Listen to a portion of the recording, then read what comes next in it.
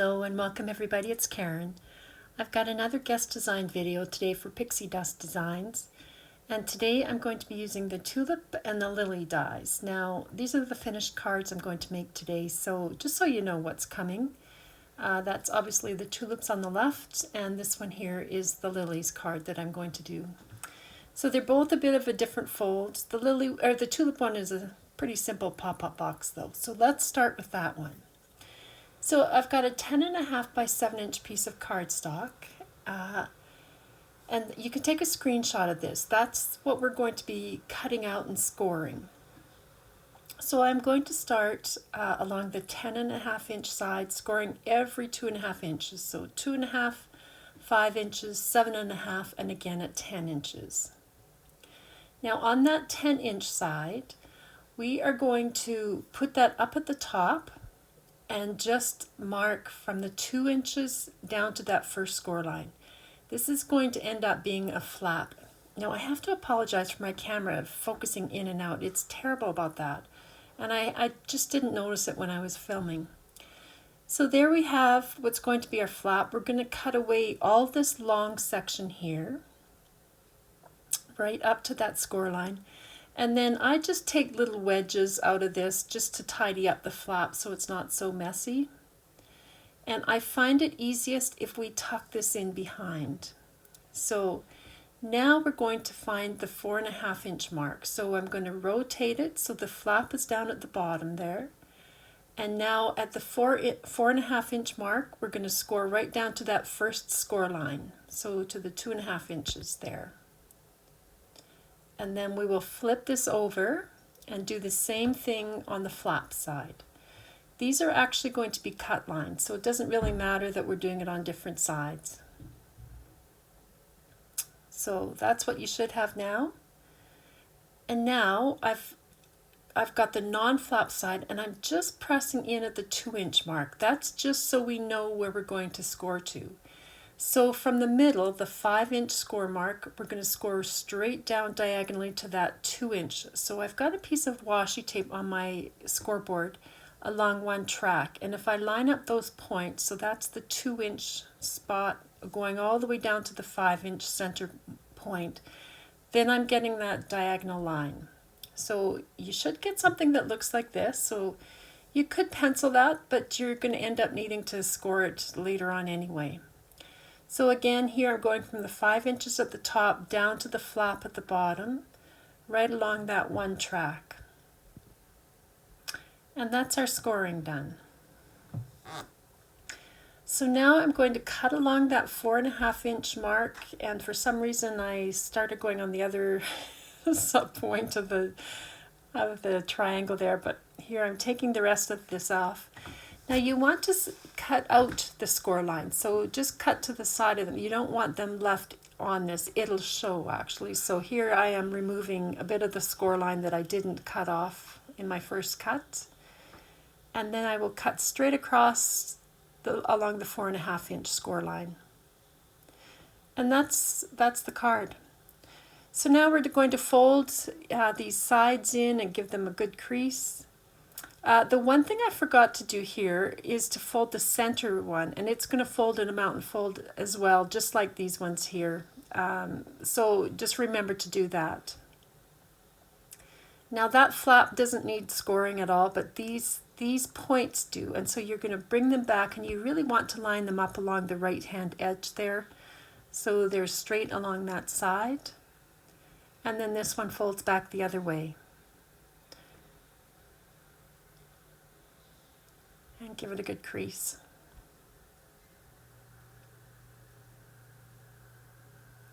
So that's the box card really. Now I've cut some pieces of pattern paper. All those sections are 2.5 inches wide, so I cut just under 2.5 inches. I put mine on the wrong side, so that's why it's on the inside. You do not need to do that. It'll never show. So only do the outside. I just was talking, I got interrupted and I wasn't paying attention. So, but here you can see I've got a 2.5-inch wide, well just under 2.5, and it's just shy of that 7-inch mark. But what I'm doing with the point is I'm folding it back on itself so it's along the straight edge, and I can crease that. And this is going to fit perfectly where we need it to go. So just make sure you're not cutting it the full height so you've got a little bit of that white border to show. Now on this one, remember you have to turn it and crease it the opposite direction. So here the right hand side is going to come over to meet the left hand side, and we'll keep the point at the top and then just crease this. Now those creases are actually your cut line, so we're going to cut straight up along that line and save those top pieces because they are perfect for these little corner pieces.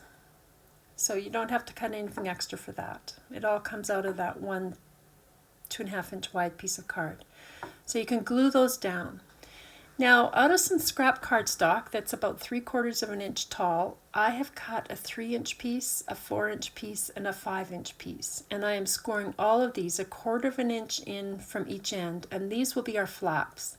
So I've put some double-sided tape on them, and I am just going to curl these now so they will have a bit more dimension inside. And these are the cross pieces that we will attach the tulips to. So I'm keeping that tape up and I'm scoring on the underneath side of where the tape is. Now we're going to put those pieces in line with that flap so that it doesn't show. And so I've taken the release paper off this 3-inch one, and I'm placing it right across the center line and just pressing it down nice and straight across there and flat. And then the 4-inch one will go right over top of that 3-inch strip. And again, nice and flat. You don't have to curl it up or anything. When the card bends, it will remember to bend. So there you can see when the back is bent, it will bring back all its dimension. And then that was the 5-inch one right over top of all the others. And you can just press those seams in if you need to. So now we can remove the release paper on our flap and then just close this up. So quite honestly, I think this is an easier pop-up box card to make than all the square ones that we've seen, and it has a whole lot of dimension, this. Now on my mock-up, I corner rounded the top, and I kind of like that, so that's all I'm doing there is just corner rounding the top just to soften it up a little bit. And now we can start to put the tulips in, and they can go on any one of those 3 cross pieces or on the back. But I find having an envelope really helps me because I often go outside the lines. So when it goes into the envelope, you want it to make sure it's going to fit inside. So that's all I'm doing there. I'm just kind of spacing it so it will sit inside a 5x7-inch envelope. And this one I'm gluing to the back wall of the card. Now, you can definitely glue it there. You just do not want to cross the center line. So I'm keeping that tulip away from the center line and within the, the outside edges of that envelope. And this one I'm doing the same thing on the other side. And then I could start filling them in. So those cross pieces are only 3/4 of an inch. So you only want glue on the bottom 3/4 of an inch of your tulip stems. And so I was just going back and forth with these, just popping them in on different cross pieces, trying to get a bit of dimension. And so this is the finished tulip placement. So I've just filled in with a few leaves, but I love how much depth there is with this. Like it just really is fun. It's not super thick, surprisingly. There's lots of room to write a message on the back, and that's the bottom end, so really not too bad. Now for the sentiment on this one, I die cut the Enjoy and added that little happy birthday. Now I've got 2 pieces of acetate that I've put together with double-sided tape, and on the back side there I've got the red line tape, and on the other side I put a piece of foam tape. So I've removed the release paper from that red line tape, and I'm going to stick this right up along that outermost cross piece. So that'll be the 5-inch cross piece, and I'm just kind of centering that and putting in place and giving it a good press. And then once I had that there, I could take the release paper off the foam tape, and then I mounted my sentiment onto that. And it's kind of fun because that sentiment sort of pops out with everything else. It sort of stands up. Okay, so on to card number 2. This was my image that I was using for coloring in my lilies, and I've put in the coloring just to show you what I did. I was using YG0000, and now I'm coming in with a bit of YG01. Honestly, only needed to do one of those pieces with the greens. But here I'm using RV17, and there's a little etched line left from the die cutting, and I'm just following that with that marker. And then I came in with the colorless blender, the 0, and I'm just going over that RV17, and it will soften it up. So if you notice the flower on the left there, where I haven't done the blending, you can tell that there is a softening that happens with that 0 blender. So now I'm just coming in with a Catherine Pooler ink. It's the Pucker Up shade of pinky purple. And I'm just really flicking, I'm using a small brush and just flicking some of that color on from the center out to the outer edges. And then I came back with my Copic marker RV17, and I am just adding little dots on along all those little petals. Now this is a stamen, and I'm using YG01 on the bottom, and I'm just dotting on the YR27 onto the tips of this. And then I came in with YR23, and I'm just blending that out a bit. And then I went back in again one more time with the YR27. Now the lily on the left I've shaped, and the one on the right is flat. And so I thought I would show you how I shaped these in case you wanted to do that. I'm just using a small ball stylus and an old mouse pad actually. And on the back side, I'm just running along the edges of the petals of the lily. And that will pucker them up. They sort of ruffle a bit, and they will curl under. So you can see it's curled to the back there. Whichever side you're pressing on is the way it will curl. But from the front, it's kind of a fun frilled sort of a look, or a ruffled look. And so once I've done all those leaves, I'm going to go into the center now with a larger ball and just press that one down, and you sort of go around and around. I'm not an expert at this, but this is just what I did. So you can see the dimension that that's giving it now. And so then I just glued these together, and after I had glued them, I took one of the ball styluses and just really pressed that in just to help reinforce that curved shape. And then I'm adding in the stamen there. So that's the shaped lily there. Okay, so I've got a 5x7 card blank, and I've magically put some pattern paper on it. And that piece at the bottom is going to be the vase. So I'm just seeing how high up I need that circle to go so the vase doesn't show through this die cut opening. So I've got my circle die there. I'm not sure the dimension of that, but I needed to die cut that. And because it's a 5x7 card, I had a horrible time with this because the 7-inch width wouldn't fit through. So I took a couple of pieces of folded up copy paper, and I put them in the middle of my card, and I ran it through closed. And so you can see that I've got that circle impression there. It cut the front out really well, but I have that circle impression. And so I'm going to fix that. On the back, I sort of took my bone folder and tried to, get rid of that line, but it doesn't get rid of it. So I'm putting a piece of embossed white cardstock on the inside. The back will still show that impression, but I wasn't too worried about that. Now on that outside edge, I'm just putting a little bead of glue, and then I'm going to put that foiled circle onto that. This is the pop-up mechanism, so you need a 9.5 by 2 3/4 inch piece of cardstock, and it should be thick cardstock. We're going to score it at 1/2 inch, 4.5 inches, and 9 inches. So there you have that.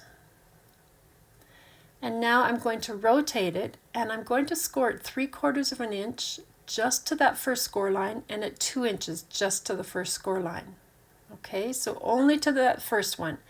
Now on this side, we'll score again at 3/4 inch and 2, but we're going to go all the way to the second score line. So here again at 2 inches, all the way down to that second score line. Now, a lot of this is going to be cut away from this. So I'll show you here. This little middle part on the one section is going to be cut away, and these two outer edges will be cut away. So I'm cutting right up to that first score line along those edges, and I'm going to fold those tabs under just so I can get a nice straight cut. And then I can cut little tiny wedges out of those two little flaps that we've got there so that they're a little bit neater when we go to fold them under.